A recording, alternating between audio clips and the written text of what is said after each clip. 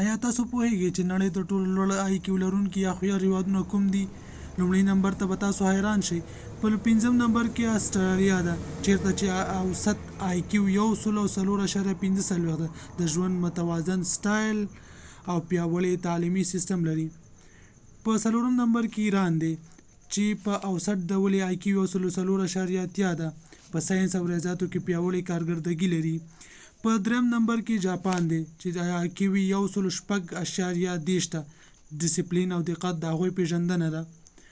په 2م نمبر کې چې چین دی چې آی کیو په اوسط ډول 106.43 ده. په ټکنالوژي او نوښت کې د نړۍ مخکښان دي.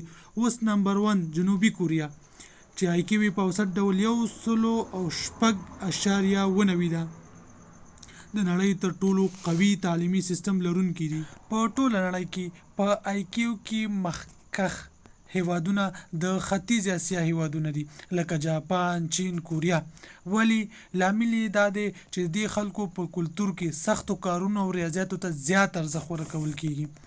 اوس تاسو په نظر افغانستان په دې لیست کې په کوم نمبر وي؟